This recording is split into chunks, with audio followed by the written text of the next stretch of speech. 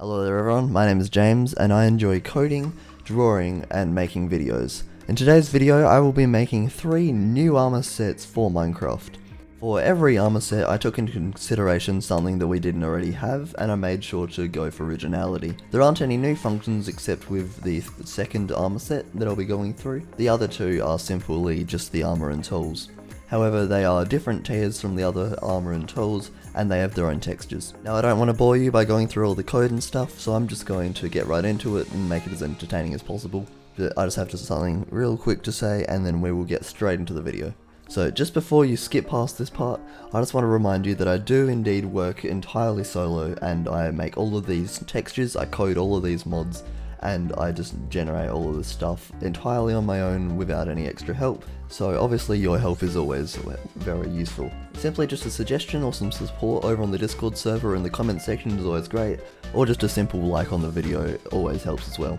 Of course you could also consider subscribing, it always helps out the channel, and well, let's get on with it. So the first set of armor on our list is the rabbit hide armor. I've always thought that rabbit hide was a very useless and fairly neutral item in the game. There wasn't really anything you could do with it except for turn it into leather, as far as I'm aware.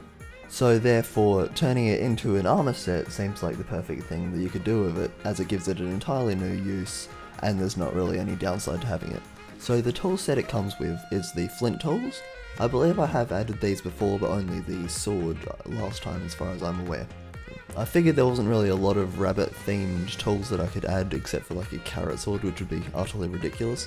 So I just decided to add some flint tools and be on my way with it. Now there is one small touch that I added to the rabbit hide armor which I think is absolutely brilliant.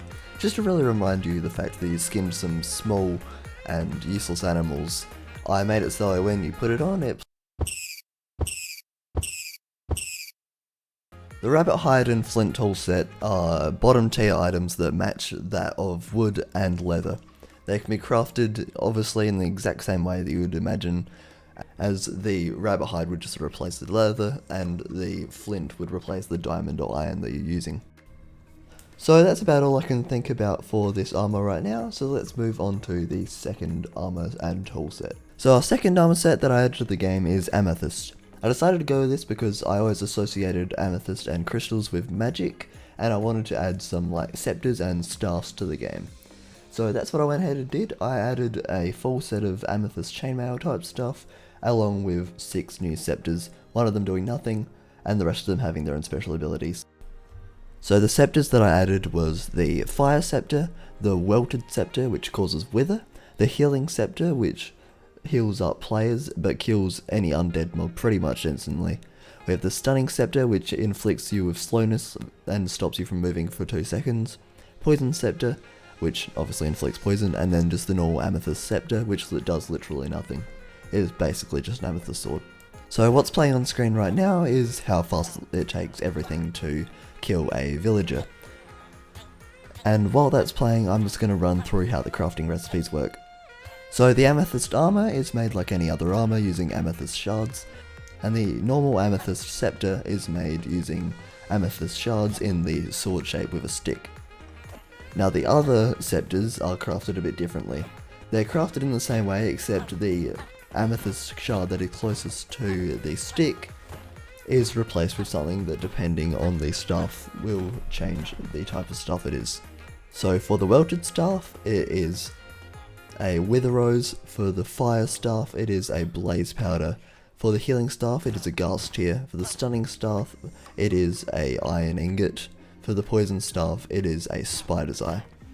So all in all, this armor set slash tool set is fairly overpowered and probably not very vanilla friendly, but I do personally like it quite a lot, and I do love the textures for each of the scepters and the definitely not recolored netherite chestplate texture for the armor.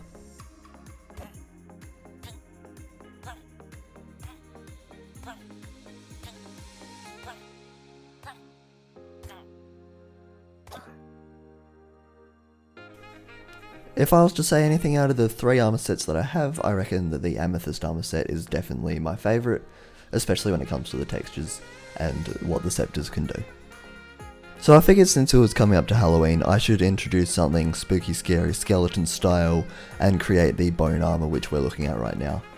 I don't actually personally celebrate Halloween because I'm Australian and I'm not American, and so I couldn't really give two I figured the other people like it, so I might as well put it in, and also it was a lot of fun to make, especially the helmet and the armor texture. So this here is what it looks like while I'm wearing it. I did my best to recreate it what it would look like if you put on a skeleton. That includes the ribcage and an open mouth for the skull. It's crafted in pretty much the same way as every single other gear set in the game. Even though there's no actual stick in the texture for any of the tools or items, it does get crafted with those. Just replace any material with bone and there you have it. That's how you make it. Fairly simple really. So I believe that's about all that has to be said for this armor set, and with that brings us to the close on our armor set showcase. So thank you for coming and watching everyone. This has been an absolutely amazing video to make, and I do hope to make some similar ones in the future. And remember, if you have any suggestions, comments, or just want to have a chat, you can always head down to the comment section or join us on the Discord server.